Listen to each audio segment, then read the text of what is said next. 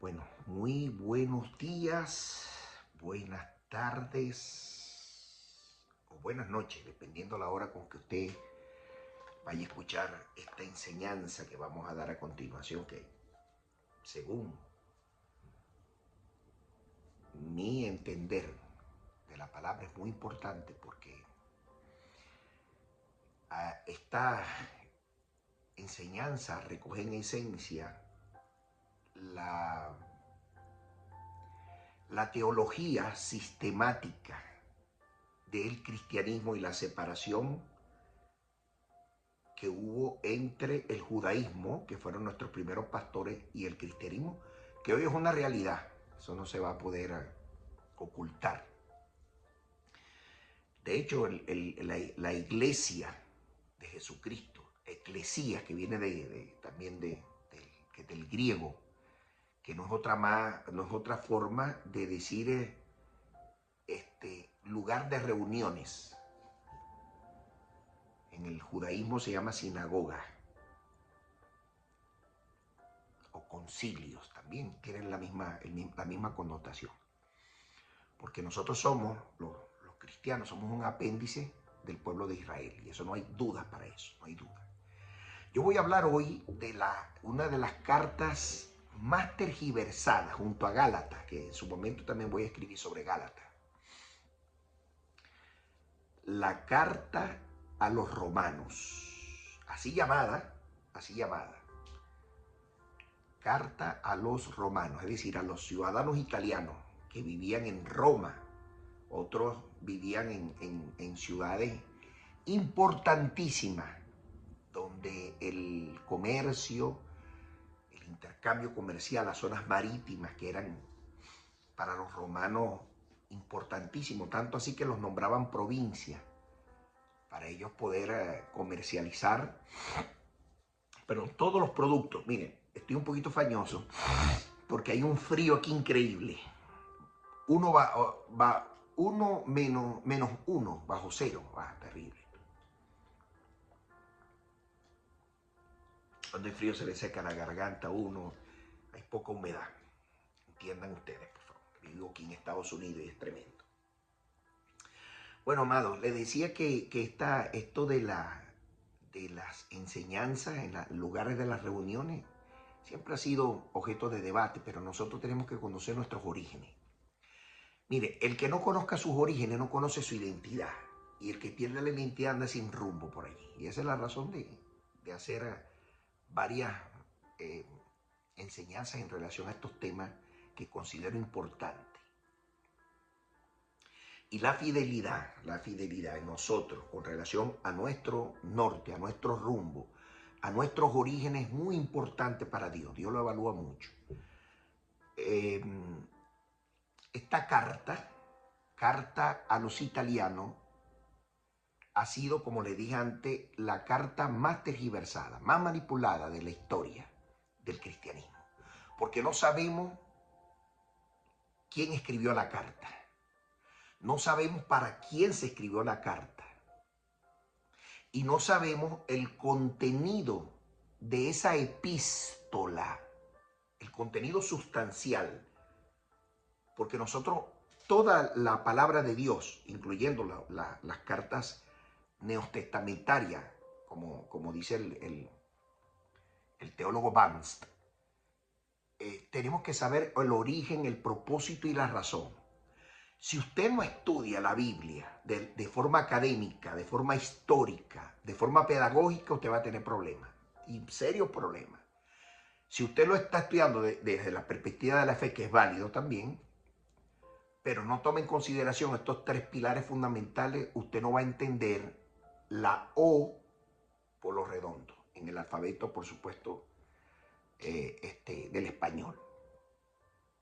Así que hoy vamos a profundizar este tema, y yo le sugiero respetuosamente tenga a la mano papel y un lápiz, o una agenda y un lápiz, la Biblia al lado para que consulte, o electrónica, si la tiene electrónica mucho mejor, porque le voy a citar una serie de capítulos y versículos bíblicos que van a sustentar la enseñanza. Ninguna enseñanza es válida si no está sustentada, soportada bíblicamente, históricamente.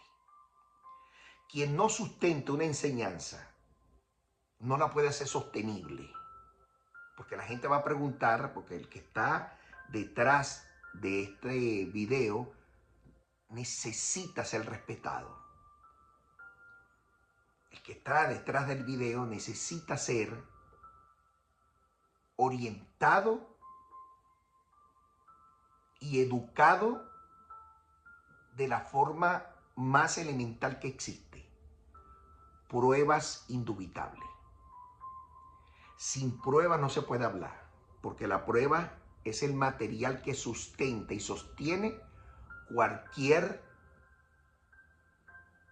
enseñanza que sea veraz. Si no hay prueba que la sustente y la sostenga, termina siendo una teoría, como por ejemplo la teoría de Darwin, se me ocurre. Teoría de la evolución. Terminó siendo teoría, nunca se comprobó nada, porque al fin y al cabo era insustentable e insostenible. Y en ese mismo orden de ideas, yo quiero que usted vaya conmigo a el estudio de la carta a los romanos, llamada dentro del sistema o dentro del estudio sistemático de la teología, la llaman, entre otras cosas, la epístola del apóstol Pablo. Acompáñeme, venga conmigo, porque hoy vamos a deleitarnos profundamente y vamos a conocer los intrínculos de esta famosa carta, que junto con la de Gálatas, insisto, es la carta mayormente la más mal interpretada de todo. ¿Por qué? Porque no profundizamos en ese sentido. Dicho esto, entro a dilucidar el tema. Mire, la carta exhortativa del último Shaliach, la palabra Shaliach, yo tengo que ir explicando todo esto, es un término que utilizan los judíos a un representante, identifican con esta palabra a un representante que va a cumplir una misión, so pena de muerte. Y precisamente esta fue la misión encomendada por parte del Mesías a los 12 hombres llamados Shaliach. La traducción de esta palabra genuinamente hebrea, al traducirla al griego, usted la traduce y le va a decir apóstol. Es la palabra más cercana en lo que al griego se respecta, tratando de buscar la interpretación correcta en el original hebreo. Y tiene que ver con los militares, que en algún momento voy a dar esa clase, el origen epistemológico de la palabra apóstol. Ahora, este Shaliach, este último Shaliach, llamado al apóstol Pablo, que por cierto lo hace Jesús el Mesías, vía Damasco se le aparece, resucitado en carne, y termina Pablo como rabino que era y formado bajo los principios de el movimiento, uno de los movimientos más recalcitrantes, así llamado, del judaísmo, llamado los fariseos, entendió que el proceso de transformación de la resurrección es en alma, cuerpo y espíritu. Y eso lo dice el apóstol Pablo. Este Shaliach, llamado Pablo, Pablo de Tarso, que por cierto fue ungido no con aceite de la unción, sino por imposición de mano, por un hombre de Dios, un judío llamado Ananías. Ananías escuchó la voz de Dios y Dios le dijo, mira Ananías, este hombre va a ser ungido. Incluso aparece también instrucciones del Mesías, de Jesús como Mesías. Y dice Ananías, yo he escuchado que este hombre ha hecho mucho daño en Jerusalén. Pero Ananías, que era sin duda alguna un Hasidín, Hasidín en la traducción al español, es como un justo, un hombre justo, piadoso, pues, un piadoso que la Biblia recoge. Le dicen Hastorá también en el hebreo. Bueno, y este hombre, como era un cumplidor de forma respetuosa de la Torá, de la ley judía, cumple con el cometido. El cometido de él era llegar y imponer las manos sobre Pablo para que Pablo pudiera sanar de los ojos, porque tenía lo que nosotros comúnmente llamamos catarata. Es decir, tenía carne que había sellado los ojos por voluntad de Dios, y fue que se le salió de sus ojos, que registra la Biblia que cayeron como 2 escamas, pero Pablo obviamente no era pez, ni era un tiburón, era un humano, era carnización, y evidentemente eso fue lo que cayó, y Pablo a partir de ese momento entendió que llevaba un propósito divino del cielo, y eso está registrado en Hechos capítulo 9, del verso 10 en adelante hasta el 21, puede usted leerlo, hasta el 19, perdón, puede usted leerlo tranquilamente, y allí le va a dar una connotación de los hechos acaecidos allí en la Biblia. Ahora yo quiero que usted vea conmigo el perfil de Pablo, porque el perfil de Pablo es importantísimo. ¿Por qué es importante? Porque así podemos comprobar el llamado especial que tuvo el Mesías con él a través del único Dios verdadero. El nacimiento de Pablo sucedió, llamado también Saulo de Tarso, así empezó su nombre. Él nació en Cilicia. Cilicia era una provincia romana en la actual Turquía. No tenemos registro, aproximadamente entre el 5 y el 10. Los investigadores hacen esa reseña para no quedar entredicho, pero no hay un registro histórico, y es triste, porque para mi entender sí lo existe, porque los romanos, los ciudadanos romanos dejaban registro histórico de su fecha de nacimiento. Eran los que tenían mayor responsabilidad de eso, incluyendo después de los judíos, evidentemente.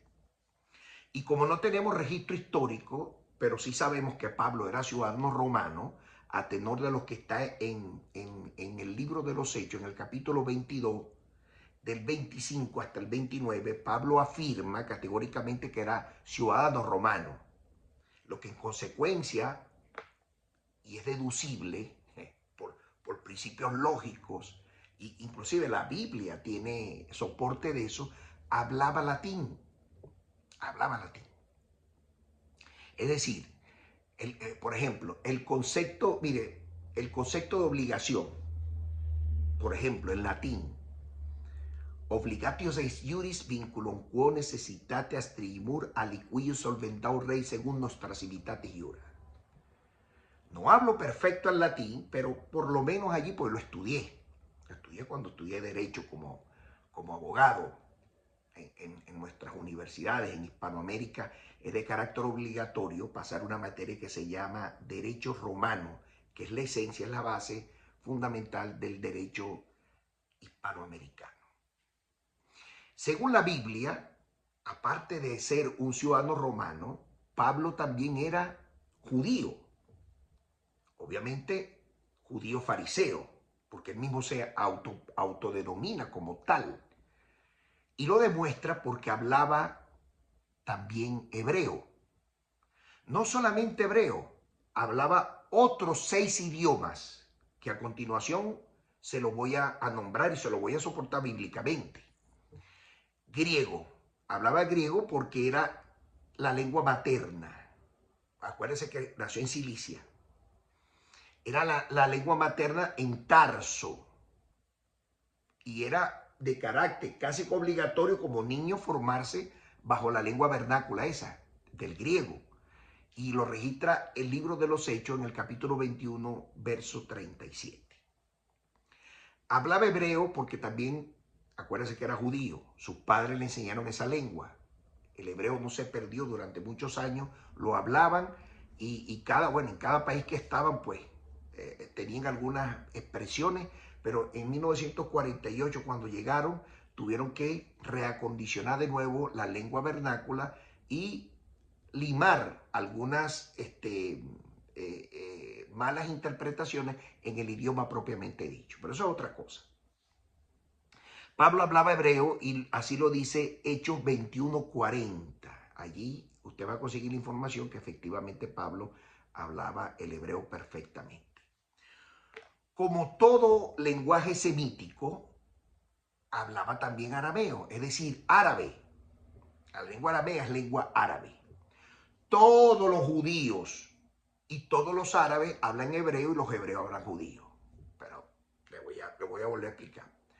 Todos los que tienen la lengua semita, pues son primos hermanos, el árabe entiende el hebreo y el hebreo entiende el árabe, lo que en consecuencia ambos los hablan y los hablan bien porque están allí y son primos hermanos. Es como decir,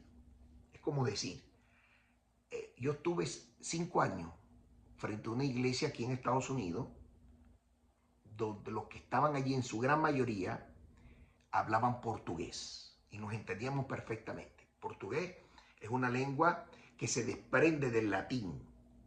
Del latín se desprenden muchas lenguas. Nosotros, los que hablamos español, que venimos del latín, somos políglotas también. La verdad es que no lo sabemos, pero practicándolo, viviendo en Italia, el que habla español rápido va a hablarlo. El que viva en Francia rápido va a hablar francés. Y así por lo consiguiente. El apóstol Pablo también hablaba arameo. Obviamente porque en el Medio Oriente todos los hablan. También hablaba latín y eso lo recoge el libro de los Hechos 23-27. Era ciudadano romano y es evidente que si usted nace en un país donde se habla la lengua vernácula de ese país, evidentemente usted en la escuela va a ser enseñado a hablar latín. Como era obvio, todas las provincias de Roma lo primero que hacía enseñarle a los niños era el latín, porque eso es una norma sin discusión de ninguna naturaleza. Mis nietos hablan inglés, porque son nacidos aquí. La segunda lengua de ellos sería el español. Bueno, en el caso de mis nietos, el español y el alemán. Bueno, seguimos aquí en la clase. También Pablo hablaba el lenguaje asiríaco, así llamado, que es un lenguaje en la actual Irak. ¿Por qué? Porque eran lenguajes propios de la locación donde estaba, que era por intercambios culturales y era necesario hablarlo, pero al igual que el fenicio, que era el libanés de hoy, que es el Líbano, que también se habla con muchas palabras para poder entenderlo, porque la estructura, su base estructural, aproximadamente el 50% o el 40% es hebreo. Lo demás son expresiones idiomáticas, al igual que los dialectos ático y jónico, que eran unos dialectos que se hablaban allí precisamente en el griego antiguo, porque eran expresiones del dialecto que adornaban en el Atenas de la época. Bueno, y se escribieron muchos libros, sobre todo el ático, era un lenguaje de arcunia, de gente ilustrada. Bueno, se escribieron mucho Eurípides, escribieron libros, a Platón, Aristóteles. Todos esos grandes eruditos de la época hablaban en el lenguaje, no lenguaje, sería la expresión correcta, sería unos dialectos propios de esa parte de Atenas. Al igual que, por supuesto, el uso continuo y permanente, no solamente en la parte épica de Jonía, en la literatura y la cultura de Jonía, sino también, estoy hablando del dialecto jónico, por supuesto, sino también en los filósofos que vivían en la época, filósofos presotánicos, por ejemplo, como Mileto, como Anamasandro, que también eran unos hombres escritores de la época que dieron muchísimo valor agregado en Atenas, pues en lo que respecta a la cultura. Si tomamos en consideración estos puntos, estos lenguajes, estos idiomas y lenguajes hablados por el apóstol Pablo, estamos en presencia de un políglota, sin lugar a dudas. Y un políglota en la época de Pablo, mira, era tremendo, porque, y no nos podemos extrañar, no podemos extrañarnos para nada. ¿Por qué?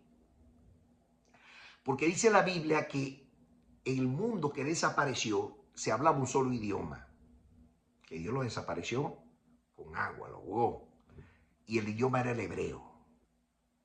Después que se pusieron a hacer, se pusieron de acuerdo pues, y empezaron a hacer una ciudad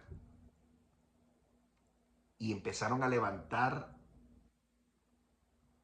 una columna, si se quiere, así llamada. Empezaron a levantarla y Dios desde los cielos miró con los ángeles y dijo, ¿qué están haciendo? Me imagino que los ángeles le dieron respuesta. Y le dijo, no, están haciendo una torre en Babel. Esa era la parte donde estaban trabajando, operando. Y le dijo Dios, confúndele las lenguas. Ahí nacieron los idiomas. Cuando usted, mire, cuando la Biblia habla de lengua, no está hablando de saca Rambo la bazuca. Está hablando de idiomas. Esa gente que anda por ahí, raca, toca, chica, chaca, chauco, roco, ruquia, eso es mentira.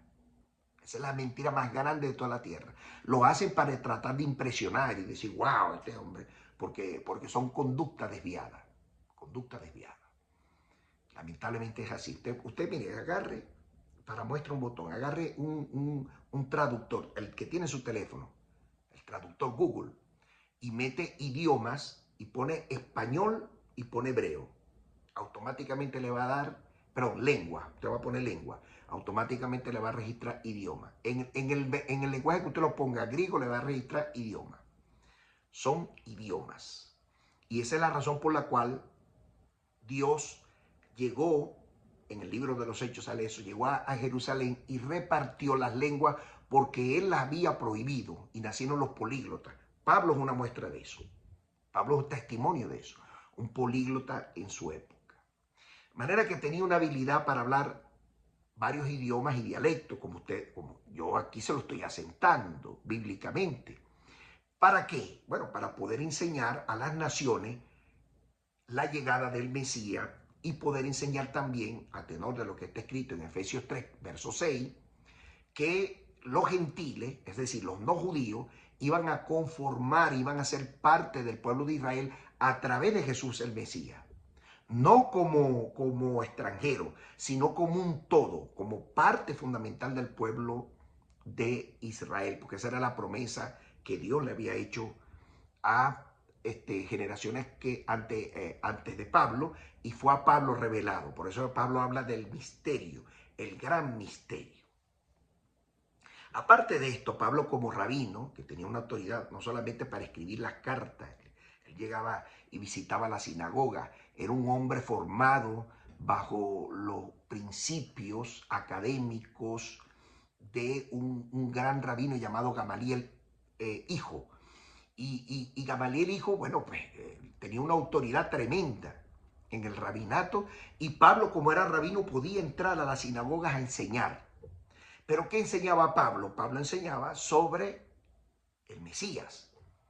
¿Y en qué se convertían los judíos que estaban allí? Porque no había cristianismo, muy importante. En la época de Jesús, en la época de los apóstoles, en la época de Pablo, el cristianismo, tal como lo conocemos hoy, no existía. 313 años después, con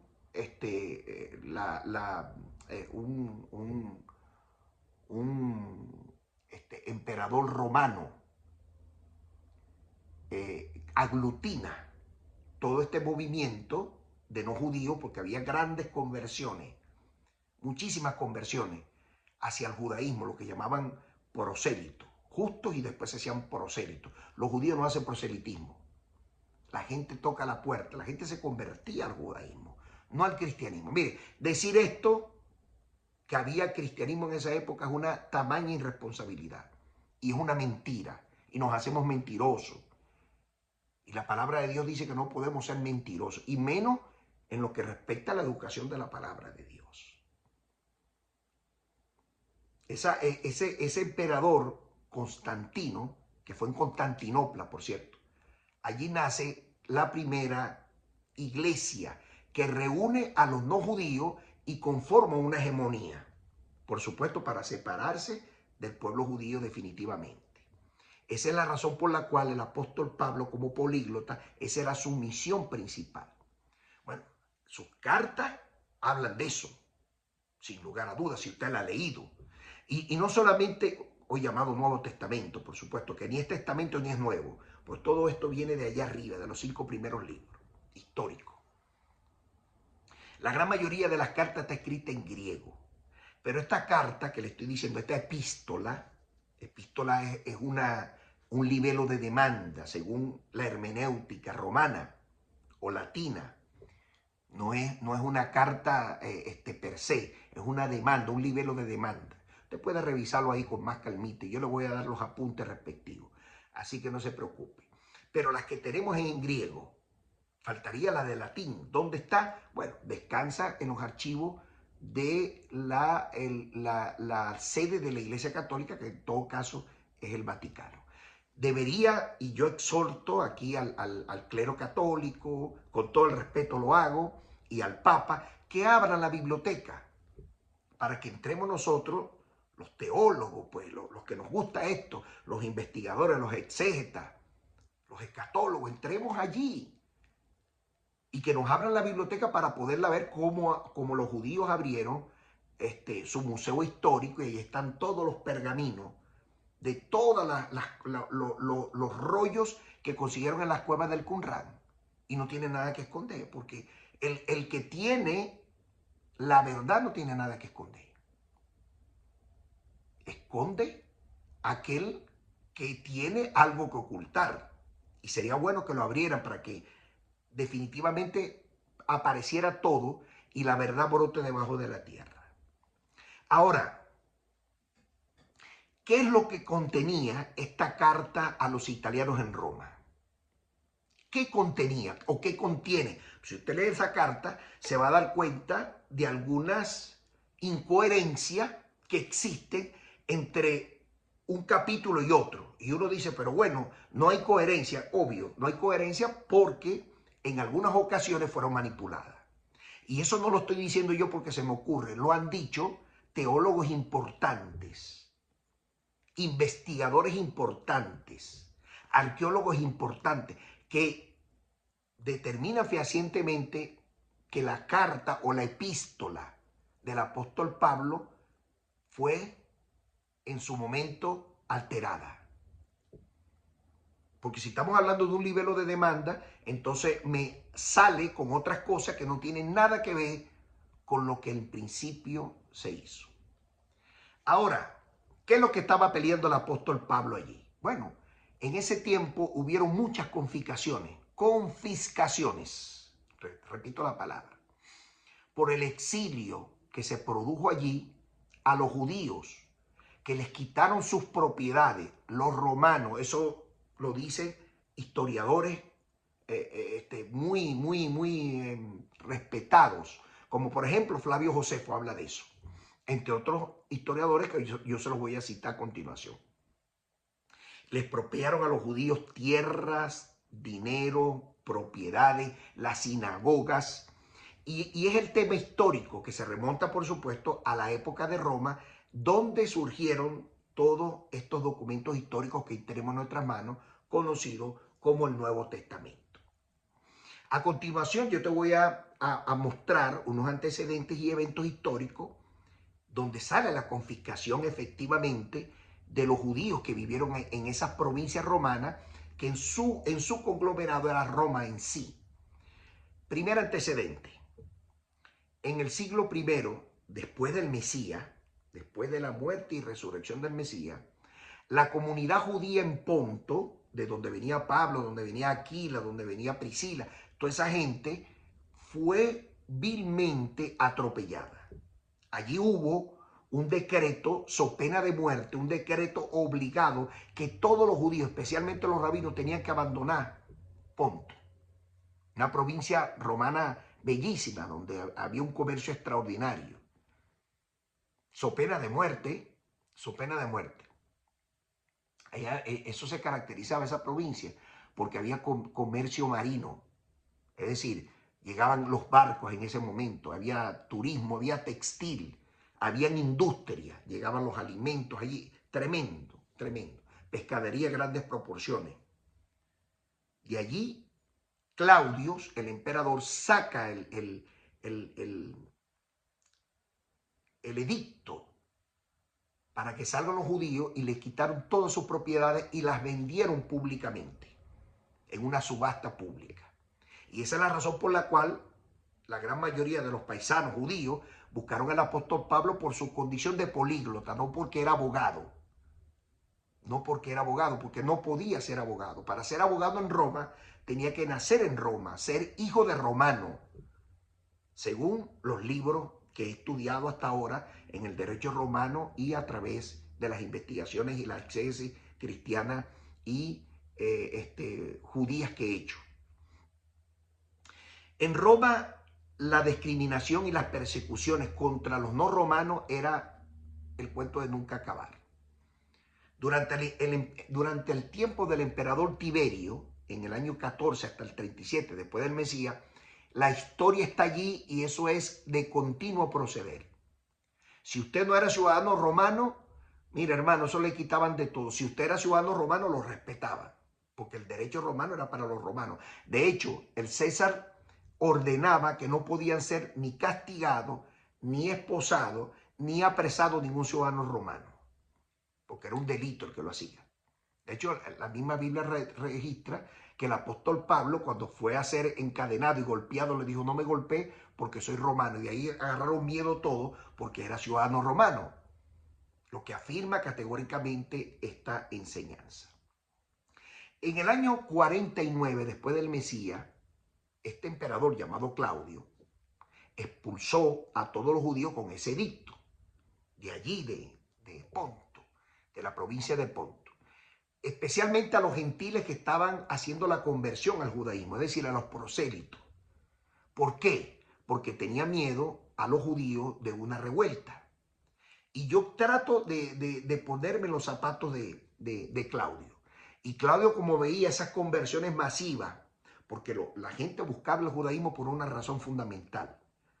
Bueno, porque brindaba calidad de vida el judaísmo. Había seguridad social, había respeto en las comunidades, unos con otros se ayudaban, como el cristianismo hoy, pues, y el judaísmo hoy, de ayer, de hoy, de siempre. Y esa era la razón. Y bueno, durante esa expulsión, evidentemente, muchos judíos se quedaron sin sus propiedades. Los gentiles también que estaban allí junto con los judíos también le quitaron las propiedades y le confiscaron sus bienes. Y dicen los historiadores que fueron vendidas en una plaza pública. Mire usted qué inmoralidad y qué tragedia tan terrible. En el año 63, entre el 63 y el 73, después del Mesías, antes, durante y después de la gran revuelta judía con los celotes a la cabeza, según el historiador Flavio Josefo, el imperio romano se vio en una necesidad de tratar de buscar a los judíos donde se hallaran, así debajo de las piedras. Muchos de ellos fueron torturados, muchos de ellos fueron quemados, muchos de ellos fueron perseguidos, les cortaban partes de su cuerpo y lo lanzaban al vacío en las rocas. Todavía en muchas de estas ocasiones no había todavía esta historia que sale por allí de los coliseos, todavía. De manera que para ellos, para los emperadores, era normal confiscar sus bienes y venderlos públicamente. De hecho, en esa historia, en el año 135, con esa revuelta de los celotes, aparece un personaje, un líder allí llamado Bar Kokhba. Era un líder que muchos lo llamaron el Mesías. Y había un emperador llamado Adriano, que era terrible también. Y ese emperador, aparte de haber agarrado a todos los celotes y matarlo, todos los bienes que ellos tenían también fueron confiscados y fueron vendidos en las plazas públicas. Es decir, tenemos suficientes evidencias que sustentan esta enseñanza y la hacen sostenible. Y las fuentes históricas nos demuestran había un historiador romano llamado Suetonio, se escribe con S, Suetonio, quise decir, Suetonio, Suetonio, Suetonio,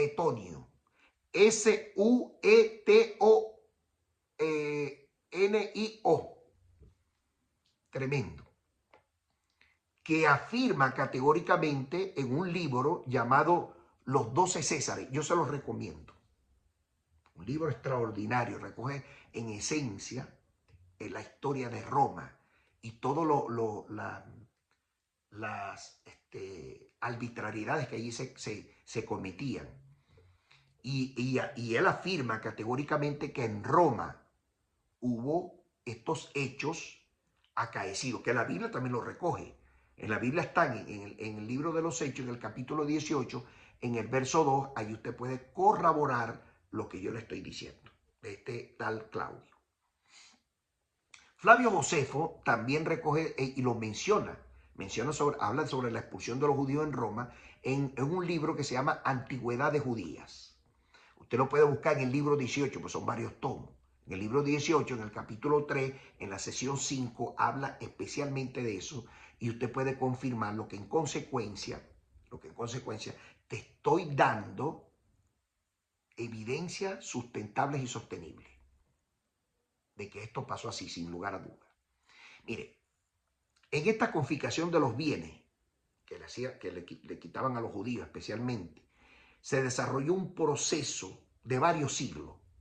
Muchos fueron los emperadores que imitaban al más malo. Calígula era uno de ellos, terrible. Y no solamente ellos, sino que con el devenir de los tiempos, líderes políticos, inclusive del siglo pasado, llegaron a cometer esos exabruptos. Adolfo Hitler fue uno de ellos, que al principio le daba, creo que eran $2 para que se fueran. Según escuché por allí la declaración, bueno, le pagaron con la moneda local y después no les dio nada. Y todos los bienes de los judíos los vendían públicamente y los tomaban arbitrariamente. Ese era Adolfo Hitler. De manera que esa carta, la carta de la demanda, llamada la carta a los italianos, nosotros la conocemos como carta a los romanos, que no es otra más que una epístola, una demanda judicial, que aparte de eso hace una exhortación a los no judíos que estaban cometiendo delitos al tomar posesión también de estas, ¿cómo es que se llama? Bienes, que eran obviamente de los judíos.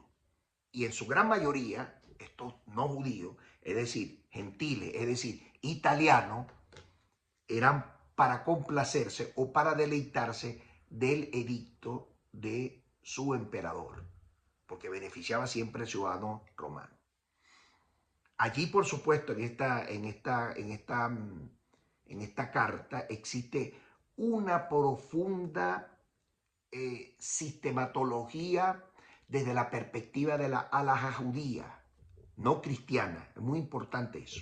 Aunque allí diga cristiano, usted tiene que ponerle mucho cuidado porque si no sabe leerla, interpretarla bien, usted puede caer bajo el engaño del artificio, que hay mucho allí. De manera que si usted lee con detenimiento, se va a dar cuenta del anacronismo histórico persistente durante toda la carta. Que no es fácil, de paso, que no es fácil.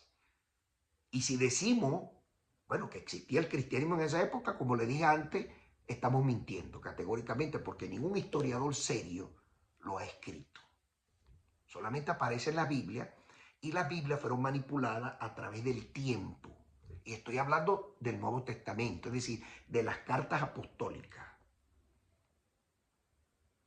Desde que salió la primera Biblia llamado El Oso, la Sociedad de Bíblicas Anónimas empezó a incidir de manera casi que depravada y empezaron a acuñar palabras dentro de ahí que no pertenecen al judaísmo.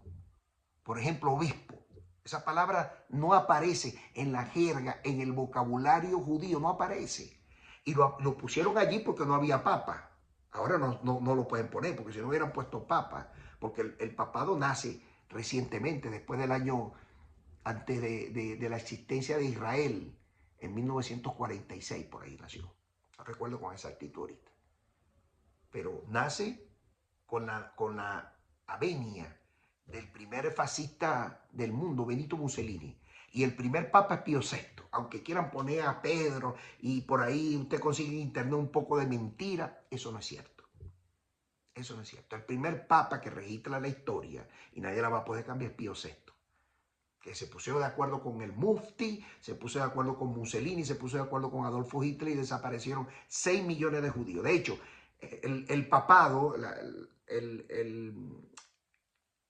la iglesia católica, que no tengo nada contra ella, muy importante eso, aclarar eso ahí. No, estoy tratando de ser sincero con la historia.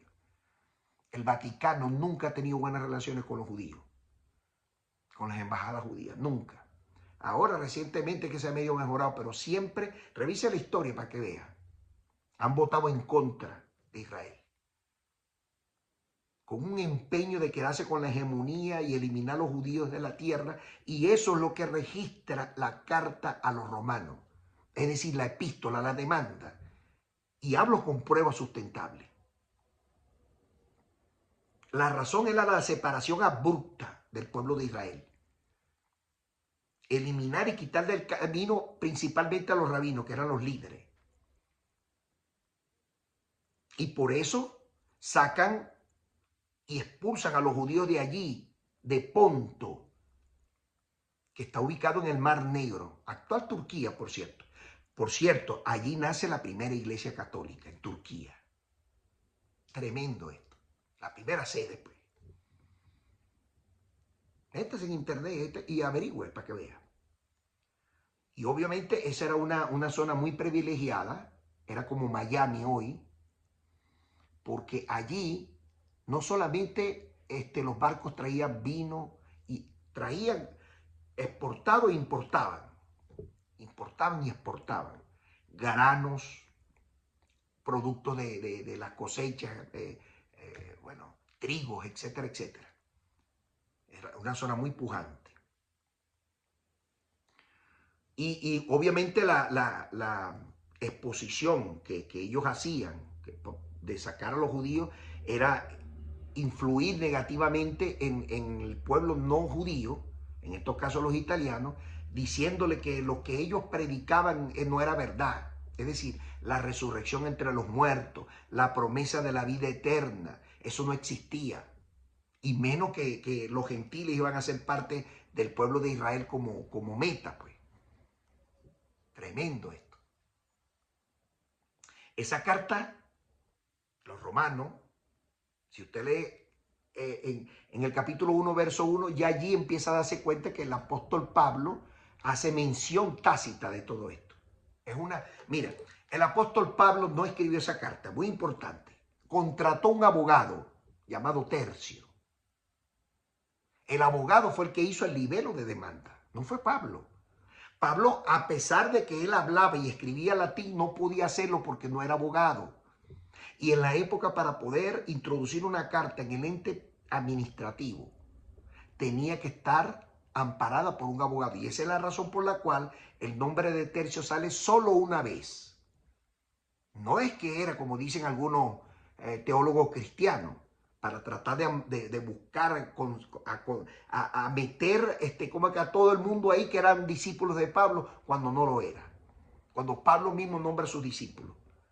En el caso de Tercio, Tercio aparece una sola vez y no era discípulo de Pablo, era abogado contratado, ciudadano romano que podía hacer el trabajo. Y obviamente, entre otras cosas, la carta preserva la conservación de la doctrina judía, si usted se da cuenta.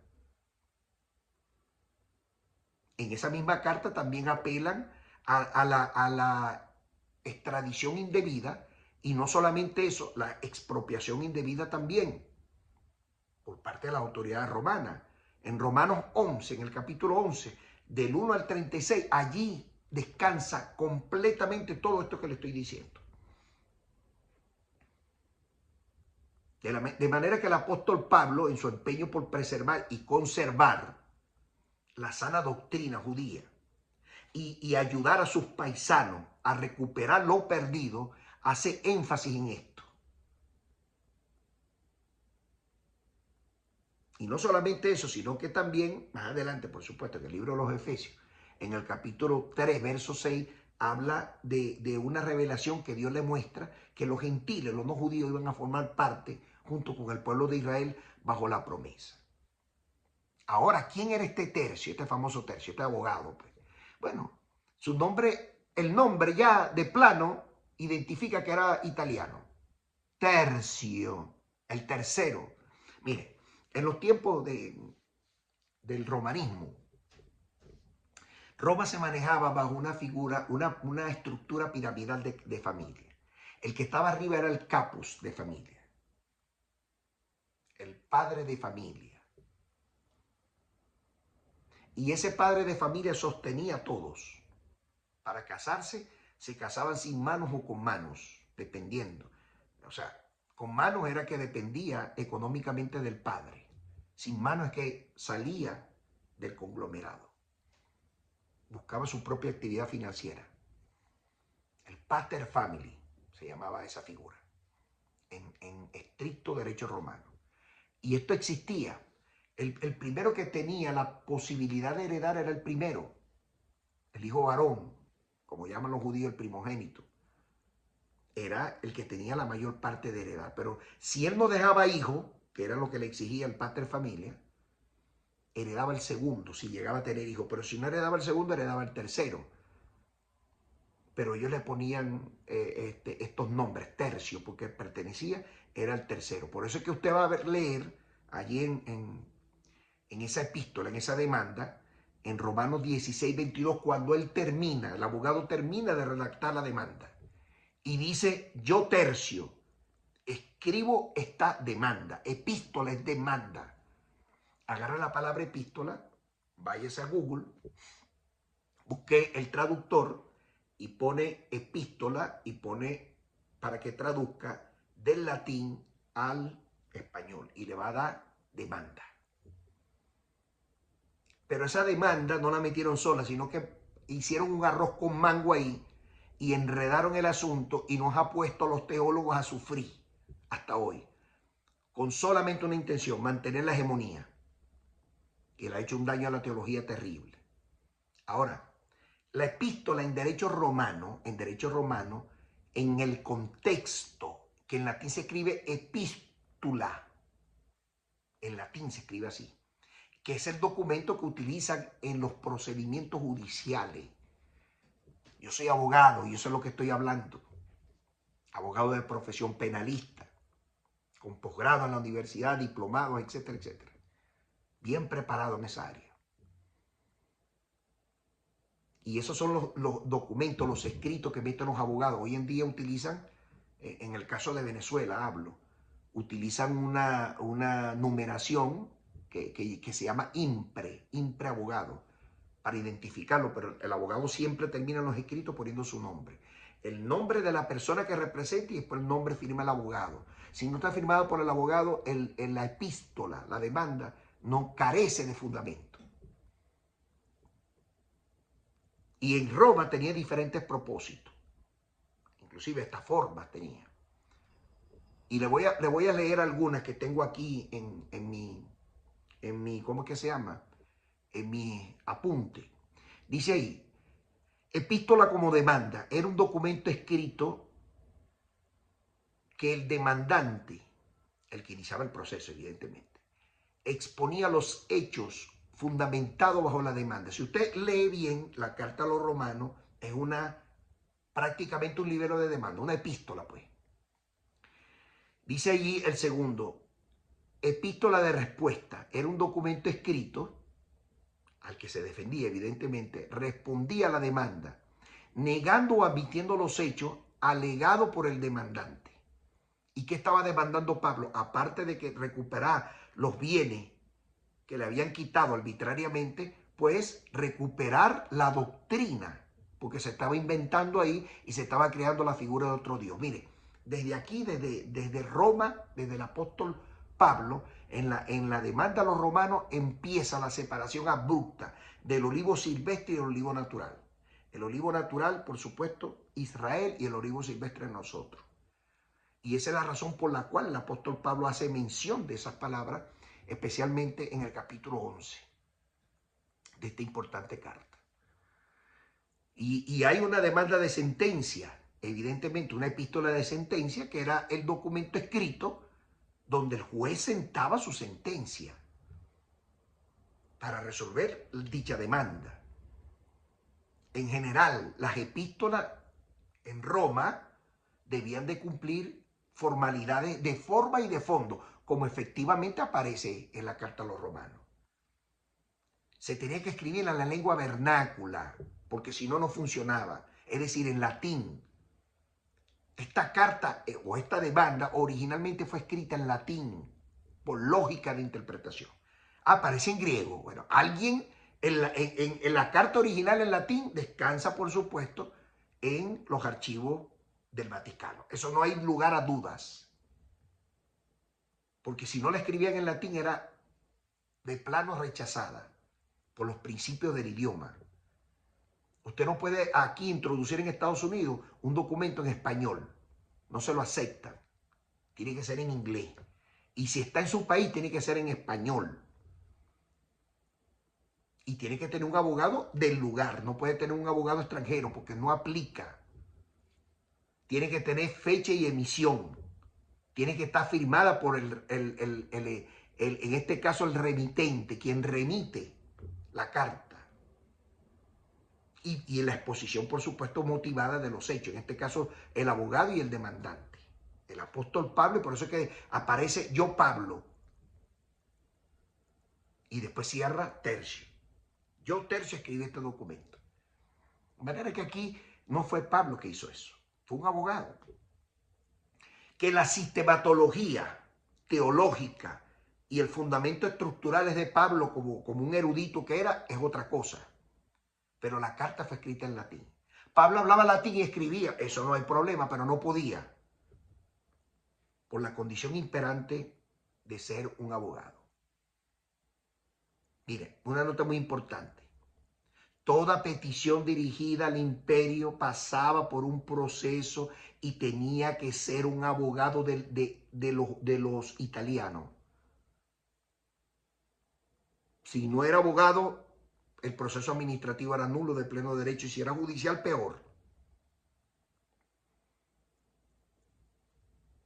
De manera que la carta tenía que tener un remitente, como usted manda una carta normal. Esta epístola tenía que tener, obviamente, el nombre del emperador Claudio, porque fue que hizo todo ese desastre. ¿Pero usted cree que Claudio se iba a retractar? Mira, hermano, qué triste, ¿vale? Porque la gran mayoría de los presidentes del mundo y de los líderes del mundo atropellan la ley, le pasan por encima la ley. Y hay principios y hay valores, ¿no? Hay un principio romano que dice, no pote excusar in indicio, ni si manifiesta acusatorio. Ese es en latín, pero en español, no te excuses ante la justicia, al menos que haya una acusación clara en contra de ti. Nadie puede en este mundo hacer un perdón sin que haya una investigación. Pero los líderes de este mundo están empeñados en fracturar todo. Y eso no es nuevo. Hay un principio universal en el derecho romano. Nullus crimen, nullus pena sine legi. No hay ningún delito si no está escrito previamente en una ley. Y las leyes de los delitos futuros no existen. Bueno, pero estamos empeñados en pasar por arriba de las normativas, de las leyes. Y así el mundo anda. En Venezuela el Estado de Derecho no existe. No existe. Mire, yo que soy un abogado constitucional, bueno, diplomado en el área, el debido proceso, el artículo 49 y el artículo 44, ninguno de esos artículos se cumple en Venezuela ahora mismo. Les pasaron por encima y en cualquier momento están como apurados para hacer una nueva constitución porque la constitución que ellos expulsaron la violaron consuetudinariamente. Hablo con hechos y con verdades. Usted juzgue mis palabras. Juzgue usted mis palabras. Bendito sea el Eterno. Y aquí le estoy hablando con evidencia, ¿no? Evidencia de las epístolas, las clases de demanda, la importancia que tiene la carta a quien iba dirigida. Y le voy a hablar ahora con evidencia bíblica.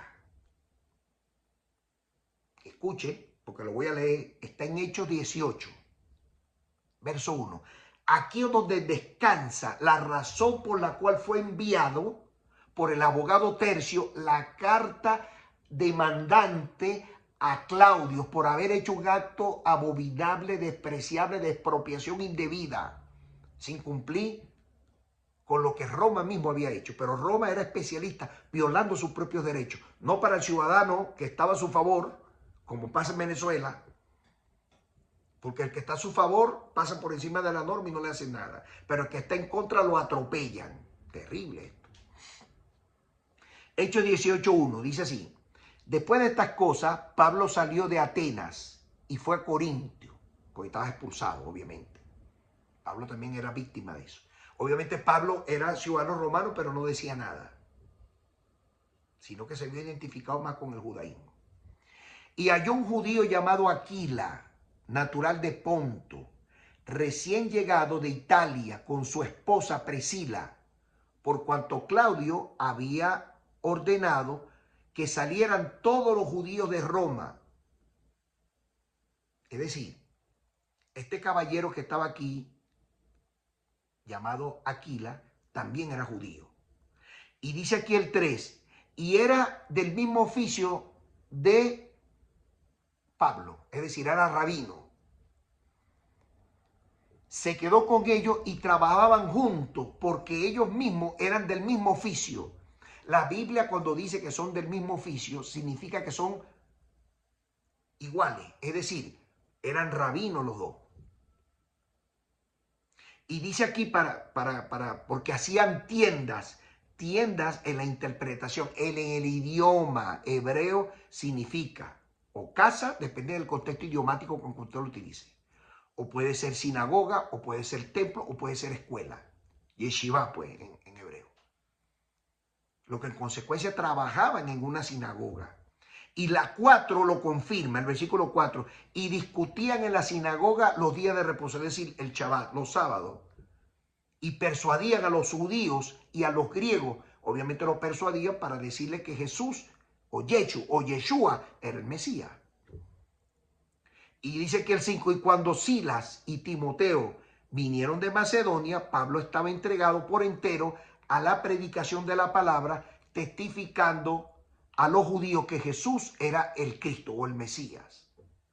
Se fija que todo tiene relación. Tremendo. Mire, ¿por qué estaba escrito en latín la carta y no estaba escrito en griego como la conocemos hoy? Bueno, entre otras cosas, recordemos que Pablo, como ciudadano romano, pudo haberla escrita, porque él hablaba y escribía latín.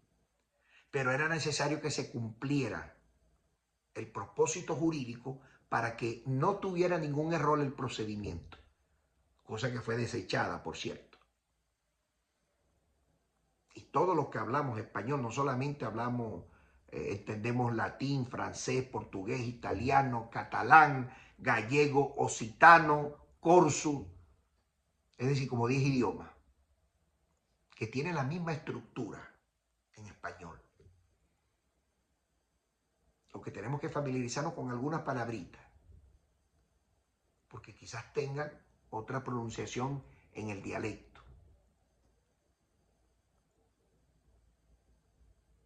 Y esa es la razón por la cual hasta nosotros, los que hablamos español, somos políglotas. ¡Qué bendición! Un venezolano, bueno, ustedes saben que los venezolanos estamos expandidos por toda la tierra, por voluntad de Dios. Algún propósito hay. Conozco venezolanos que viven en Italia. Hoy hablan el italiano perfecto. En Venezuela no lo hablaban, o medio escuchaban allí, pero hoy lo hablan perfecto. Parlan italiano. Sé de venezolanos que viven en Francia, hablan francés perfectamente.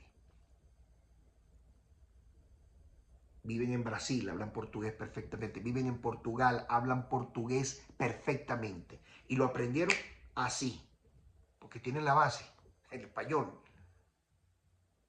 Catalán, que tiene otra manera. El gallego, que tiene otra forma de expresiones. Lo agarraron así, viven allá. Entonces, para mí no me es extraño, para nada, el ser políglota. Y que Pablo lo fuera, ya está demostrado bíblicamente que hablaba hebreo, hablaba árabe, hablaba griego, latín, ariciaco y hablaba fenicio. Aparte de los dos dialectos de ático-jónico, muy importante. En conclusión, mis queridos hermanos, miren, la epístola, que es una demanda a los italianos, que el apóstol Pablo contrata los servicios de este abogado llamado Tercio, efectivamente, y nos demuestra fehacientemente, según las pruebas que le estoy dando, que aquí empieza el debacle de la teoría del reemplazo, o de la teología del reemplazo. Aquí es donde empieza todo.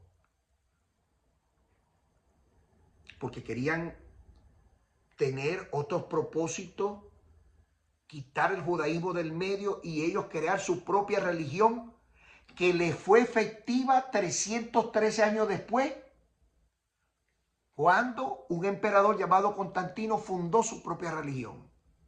Y hoy es una realidad. Imitando en todo al pueblo judío. Por ejemplo, el bautismo. El bautismo es una copia simple de un procedimiento judío que se llama, que los judíos lo han practicado toda su vida, que es sumergirse en las aguas profundamente desnudo, muy importante,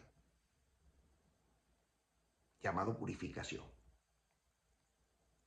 En el cristianismo es una imitación, y todo es imitación, todo, del judaísmo, todo, absolutamente todo. Y no nos damos cuenta de eso, que nuestras raíces hebreas están allá. Muy importante esto que voy a decir. Yo soy cristiano, yo no soy judío, pero al pan, pan, y al vino, vino. Al César lo que es del César y a Dios lo que es de Dios. Yo no me pongo kipá, ni estoy circuncidado, ni nada de eso. Busco informaciones en el judaísmo, pero no paso la línea delgada. Porque el mismo apóstol Pablo dijo, el que llegó incircunciso, quédese como está. El que llegó circuncidado, quédese como está. Lo importante es que reconozcamos a Jesús como el Mesías. Eso es lo más importante.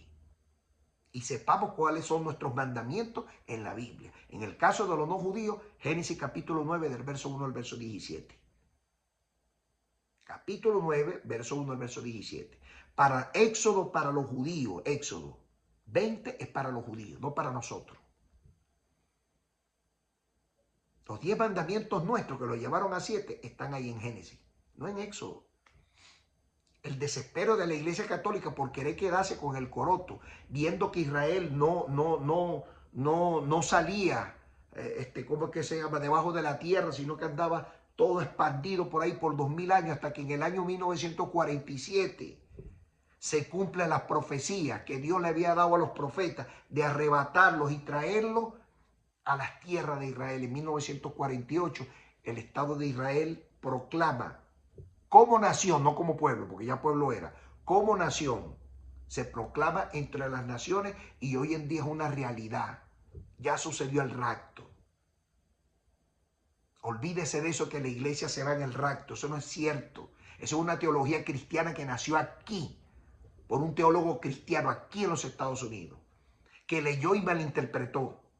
Y hay otro cristiano, otro teólogo de México que se puso a decir que Jesús venía y puso fecha y todo. Y se le cayó su teología. Después tuvo que salir, retractarse, a pedir perdón. Se le olvidó que esa profecía era para Israel. Cuando veamos reverdecer a Israel, a la rama llamada Israel, al olivo llamado Israel, allí empezaba la cuenta regresiva. ¿Cuándo viene el Mesías? Nadie lo sabe, ni siquiera el Mesías lo sabe, ni siquiera los ángeles del cielo, solo Dios lo sabe. Hay profecías que se tienen que cumplir. Primero, tiene que surgir con fuerza el antimesías, es decir, el anticristo, Armilus en hebreo. Tiene que haber una crisis mundial terrible, ¿no? Todavía no, eso no ha pasado. Son muchas cosas que en su momento voy a predicar del tema. En su momento voy a predicar del tema. Pero aquí empieza la teología del reemplazo, que cambiaron la doctrina nuestra. Y que todos nuestros primeros pastores fueron rabinos todos. Todos los que aparecen ahí en la Biblia eran rabinos, no eran pastores, como hoy lo conocemos, o cura, obispo, o papa. Eso no existe ahí. Amados, he puesto en sus manos una verdad. Ustedes verán si investigan o no lo que yo les estoy diciendo. Pero yo he cumplido con el Eterno, porque esto me lo puso Dios en mi cabeza, en una discusión teológica que tuve con unos ministros. Los ministros me preguntaron y yo les dije, no quieren saber porque no quiero hablar de eso. Yo prefiero quedarme así tranquilito. No, habla, no, hermano Jorge, habla. Bueno, y cuando hablé ellos quedaron asombrados. Y bueno, estoy haciendo esto porque de esto no se habla en las iglesias. No quieren salir de Juan 3:16. No quieren profundizar en el tema. No quieren estudiar, no quieren leer la palabra. Y estamos en tiempo donde los días pasan así. Donde si usted no tiene el estudio para defender la doctrina como Pablo, que era estudioso, políglota, y defendía la palabra de Dios en cualquier escenario, ¿cómo usted va a defenderla si no sabe la O por lo redondo? Que la paz del Señor, que sobrepasa todo entendimiento, te alcance hoy y te dé sabiduría abundantemente de acuerdo a sus propósitos en gloria. Paz a vosotros.